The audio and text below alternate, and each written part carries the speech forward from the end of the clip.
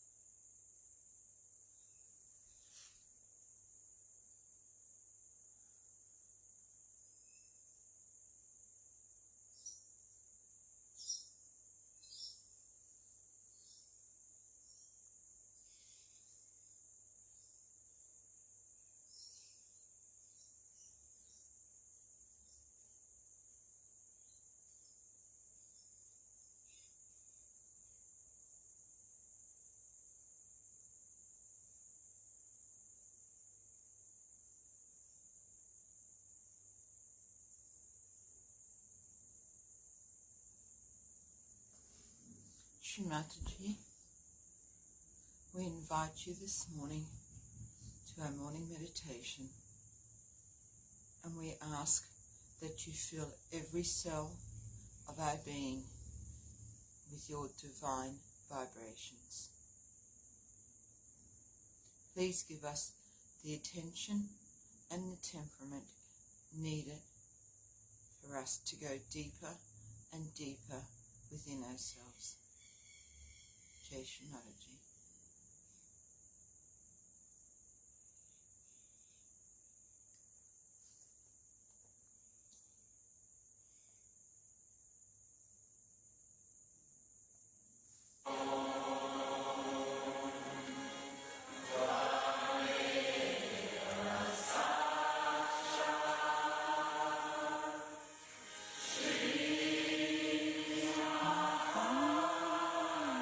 Shri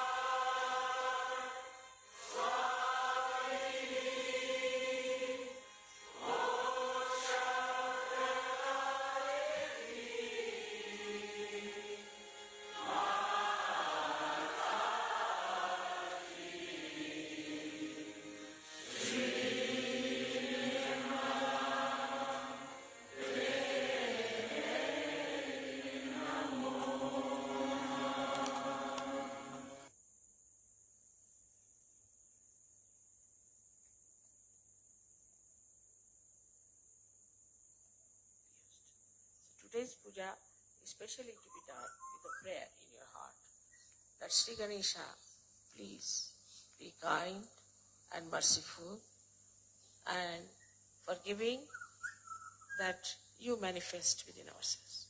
Let all these hypocritical things, all these conditionings, and all these wrong ideas we have, or all the wrong life we have had, should just disappear like thin air, and let the beautiful moonlight of your soothing qualities of innocence be manifested through us. Let us manifest these qualities. This is what is to be asked today. So please be careful, very careful about it, that you again make your Muladhara very healthy and powerful. May God bless. One mantra to Shri Ganesha.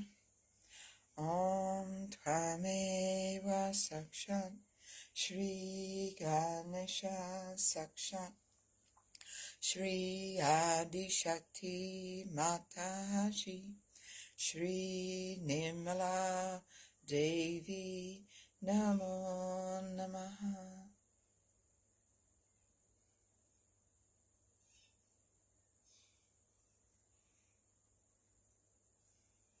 And just take a moment and in your own prayer ask Shri Mataji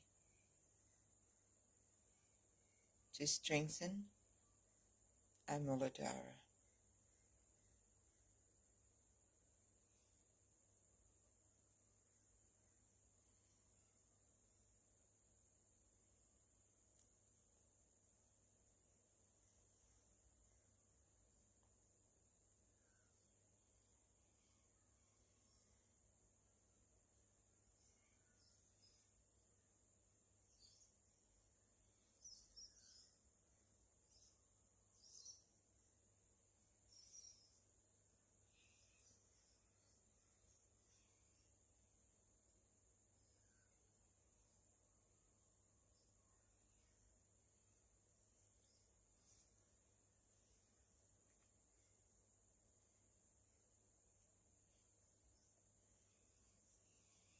This morning's talk is Sri Lalitha Chakra and Shri Chakra from the puja in 1990.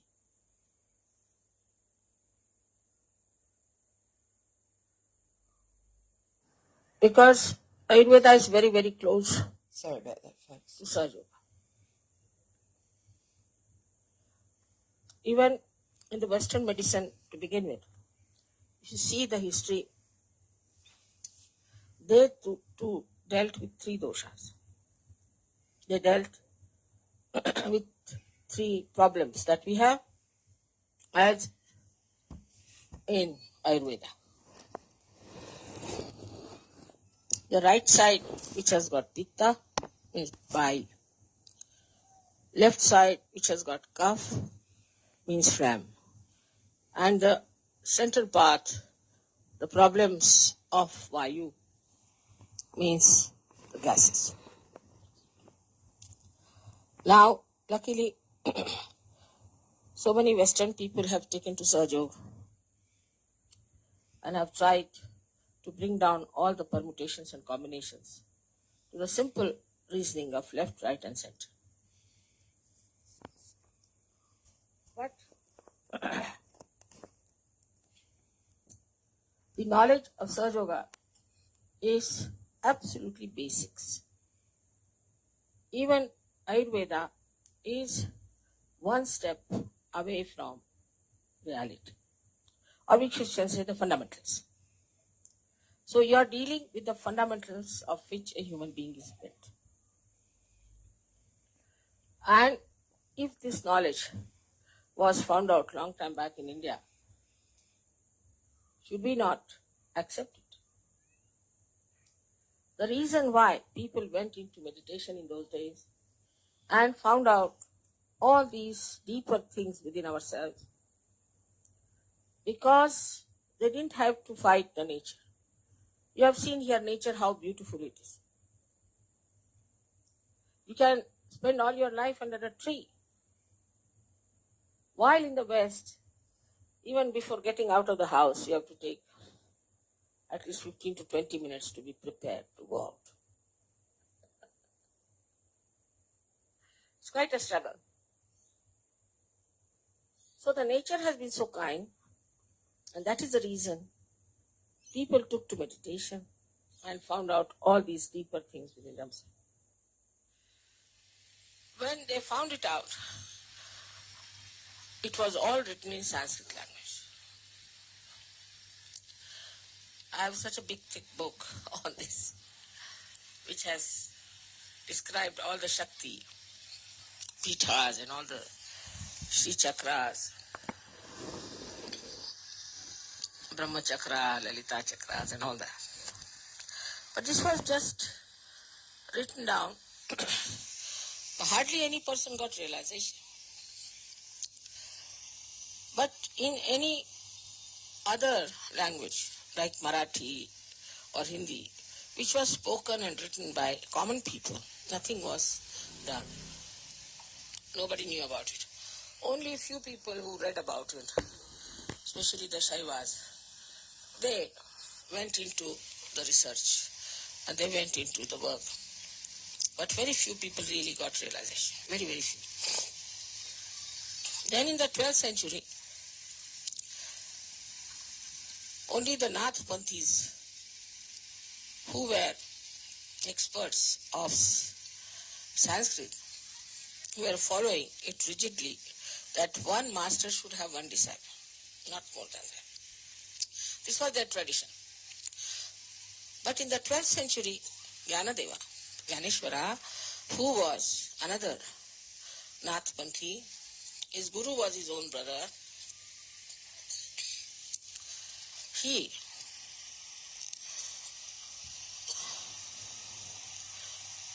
asked the permission from his brother that please allow me to say all these things openly. At least to say in Marathi language. Because the common people don't know anything about this knowledge. So he allowed him, and he wrote the 6th chapter of Gyaneshwari, in which he described Kundalini. But it was in the 12th century. After that, many saints talked about it. Where we went yesterday to Satara, that's the place where Sri Ramadasa lived. He said that Kundalini, somebody asked how much time does it take to raise the Kundalini.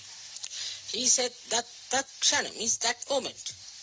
But the person who wants to take it should be deserving. And the one who wants to give should be capable.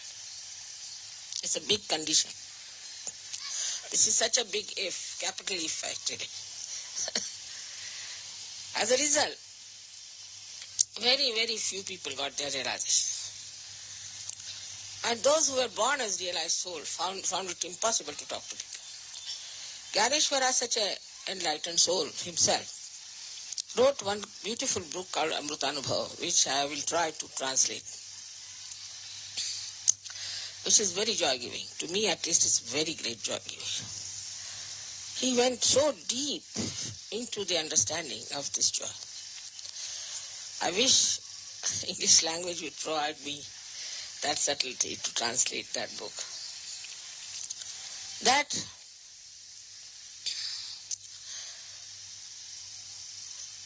he wrote all these things when he was only 23 years of age.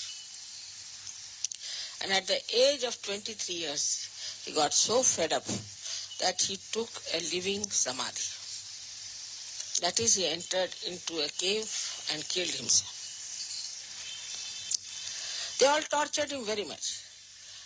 Nowadays, this Andhashraddha, stupid thing, has not tortured us much. But all these saints in this country or any country have been very much tortured. And there was no police protection. There was no one to publish about what these people are up to.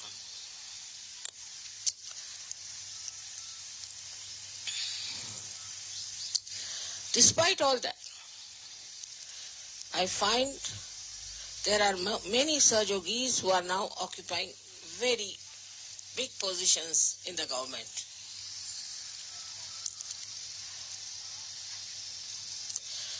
And a day may come when everything will explode. The biggest problem of our country is something you cannot understand, because you don't have this problem there. The amount of corruption we have from A to Z for everything, that you cannot understand. I mean, I've never known any country where they have to such an extent. Even, say, in Philippines, it was only one person who was doing it. Here, every person has to get the money and has to pay the money to hire Johnnies. For this also, unless and until you get to Sahaja, it won't work out. And Sahaja can only be worked out if people understand that it is their heritage and that they have the capacity to understand Sahaja and capability to spread it. In North India it is much better, though the vibrations in Maharashtra are much better. It's something funny. Vibrations in Maharashtra is very good. The people in the North India are very good Sahajogis, and there are many, many, many in number. We can't say even in Bombay we get about 12,000 people for my programs. But still, the way it is spreading in the North India is very surprising. Also, it is spreading. This is Satara because it was blessed by Ramdasa, this district. I think everywhere there is a flower, there has to be thorns. And this district has got some really very bad culprits. Ahmednagar is much better. Aurangabad, we are doing much better. It will work out in Aurangabad much better. And then if you go to the other side, Berar, from where I come, is going to work out very fast. Things are moving very fast there. I was amazed. So many people have told me that in Amravati so many are Sahajogis, in Akola so many are there. And I was surprised. I have never been. So that is how it is spreading in Maharashtra. So your song of Maharashtra Desha is working out. It's not failing.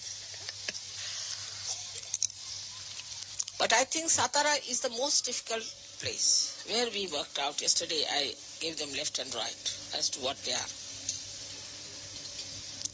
It has helped them a lot because those who came to oppose sat down and got their realization. So they are misleading people to start some sort of a new culture, like you started hippism. And they are collecting young people. The young people are leaving their schools. Some parents came and complained to me about it. They are not paying attention to their studies. They are failing in their classes. And these people are stupidly using them. I asked some of the boys, what is your policy? He said, we have no policy. Then what is your aim? We have no aim. Then why are you doing this nonsense?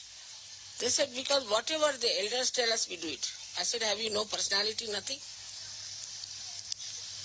This exactly happened when this hippie movement started. Some so-called intellectuals started this horrible hippie movement in the West. And when they found they cannot do anything about it, They found it's going to fail. So many children lost their education. So many children I know became pregnant girls, and boys started squatting. All that took them to the extreme that they became violent. But unless and until there is a change within yourself, how can you change anything outside? You cannot. And the first 7 people I fought were all hippies. Very different. They called themselves hippies, but they used to hog like a pig. They wanted all the comforts, everything free, extremely dominating and quarrelsome people. But the foundation was laid on them. It's very surprising. But I had to work on them for at least 4 years regularly. ते लोक आले त्यांना बोलून घ्या तिकडनं कोण आहेत ते. लक्ष ठेवा जरा इकडे बोलवा असे.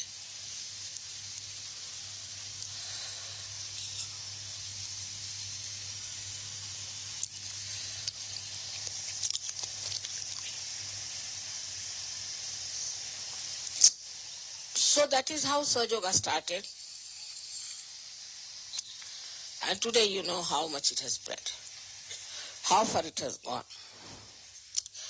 Only in Maharashtra this problem is there of so-called intellectuals. They call themselves, but they have no intelligence. I talked to one man, I got fed up. He didn't know anything about spirituality, he didn't know anything about medicine, he didn't know anything about science. I said, now what do you know? It was impossible. So such people who are jobless, we call them Rikam Tekade, they have no work. They are starting all such things, and we should not be upset with them. They are trying to create problems, and they are getting money from some sources. They are afraid. I think the politicians are afraid, perhaps, that Sahaja Yoga may turn their tables down. Because we believe in honesty. And maybe a day may come when these honest people might harm them, perhaps, I do not know why. This may be one of the reasons. These people are frightened of us. Whatever it is, we have to understand that for doing any great work, one has to sacrifice. Of course, you are not going to be crucified like Christ, no. Nor you have to sacrifice as my parents sacrificed for the independence of this country. Nor you are going to be tortured. But little inconveniences you may have. But I must thank you very much because of your coming here and singing Marathi songs. They are quite impressed. And they think it's only possible because you are all Sahaja Yogis.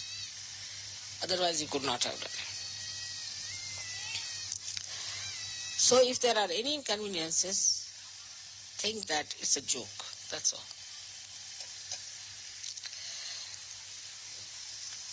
Today I was thinking we should do the puja of Shri Chakra and Lalitha Chakra, which we have never done.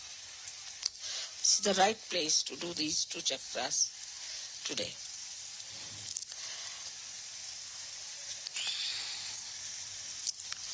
Lot has been written about Shri Chakra and about Lalita Chakra. But to understand fundamentally, the left side, when it reaches up to Vishuddhi, then it uses on the right side the Shri Chakra, on the left side the Lalita Chakra to manifest itself. These 2 chakras are the ones who manifest all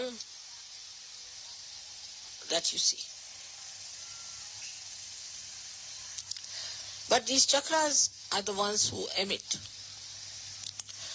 vibrations of different kinds. And because of their angularities, like if you have some sort of a cardboard attached with small holes of different colors, and which rotates all the time. You get different colors. Also you can get different permutations and combinations. In the same way, different permutations and combinations are created. And that is how you get all the advantages of Sahaja Yoga. So these two chakras are very important. I do not know if you know of any mantras about Sri Chakra. But I'll give you a book. Later on I'll translate it to you and you can compose something for Sri Chakra. Sri Chakra on the right side, Lalitha Chakra on the left side. So what we are really worshipping today is Mahasaraswati power and Mahakali power, both put together. So now we have started combining things, not individual. Now these two energies are very important. Without the energy, without the power, nothing exists. For example, if this light had no power to give light or to burn, it is useless. In the same way, without getting your realization, you are useless because your power is not awake, at least not complete. But these two powers give us lots of benefits even without realization. Whatever you see in this world created is done by these two chakras of the Adishakti. But here the power doesn't move. It's not moving. But in the human being, the power starts moving. When it starts moving, then we can say it is creating another world. But movement is not the only thing. This power acts, gives you intelligence, gives you all kinds of things which you have as human beings. But later on, this power itself becomes enlightened. Means the left and right side both become enlightened. This enlightenment, you get it when you get your self-realization. But not immediately. Not immediately. This one should understand. For example, if you have pain or if your chakra is catchy, you have to use your hands. You cannot say that the energy is flowing within me, so it's all right, I can manage. It's not like that. You have to use your hands to impart that power to yourself or to others. If you have pain in the stomach, then you can say that if there's energy in my stomach, why should I have pain in the stomach? But the play of these chakras have to come. And that is why you have to use your power of your hands. If you cannot use your hands, then you cannot impart this energy. Many people have asked me that, Mother, when will it move horizontal? It will move horizontal, no doubt. It does. But even that horizontal movement is to be guided by these two very important chakras. So you must understand the importance of these two chakras within yourself. That's why I have told many a times, don't move your head too many times. And this way many people talk. It's style of talking. No, this, that. Very common with French especially. That's another way you are not respecting your chakras. Shouldn't move your shoulders too much. Mostly we talk like this, is anti-chakras. Anti-chakras. Should keep your shoulders straight. When you are singing, you can move your whole upper part, is alright, but not your shoulders. This is the thing one has to understand, that these two centers are to be looked after. You can move your neck, your body when you are singing. It's important. That helps. But not your shoulders. Shoulders are to be kept intact. But while saying just yes, you need not go on yes, yes, yes, yes. It's very, very simple thing. But it can have a very bad effect. And those who move their shoulders too much do not feel vibrations much, because the chakras are not alright. It's a very simple thing to be understood, that they are the most important chakras we have. And whatever is to be used out of this Parama Chaitanya, they have to be used by these two centers. Even supposing your some chakra is catching on your spinal cord, you have to use your hands. Somebody can say, I can just put my attention. Doesn't work out that good. Because yet your attention has not reached that stage where these chakras, like Lalitha chakra and Shri chakra. I'm just going to stop there. I will post this talk after. So let us meditate collectively, silently, together.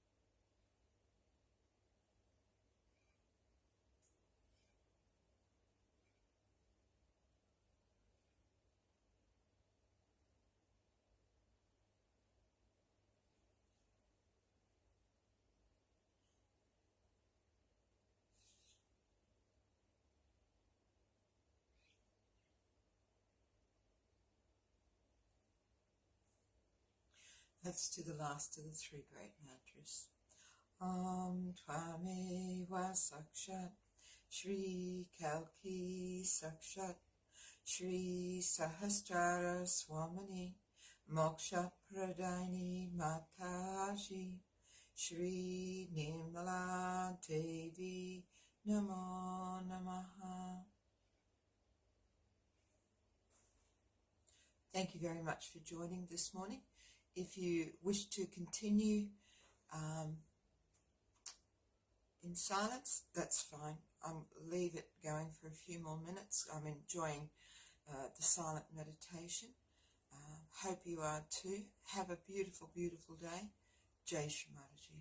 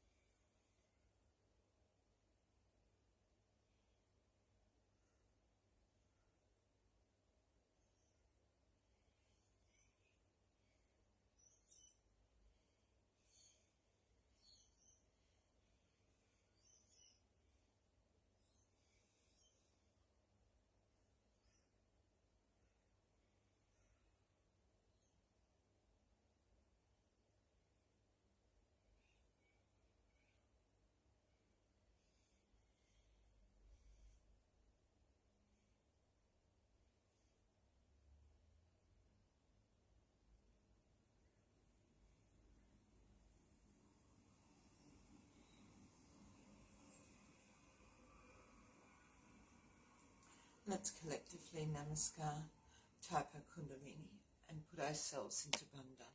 Jai Shri Mataji.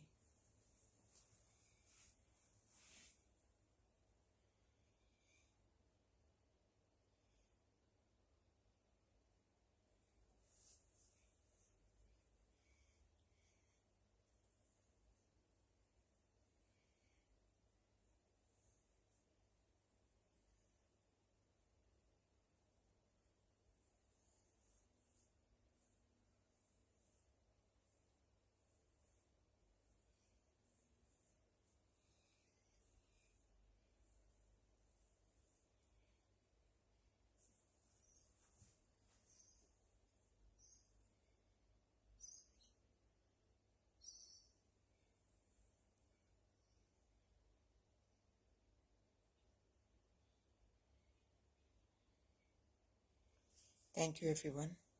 It's been absolutely delightful to meditate with you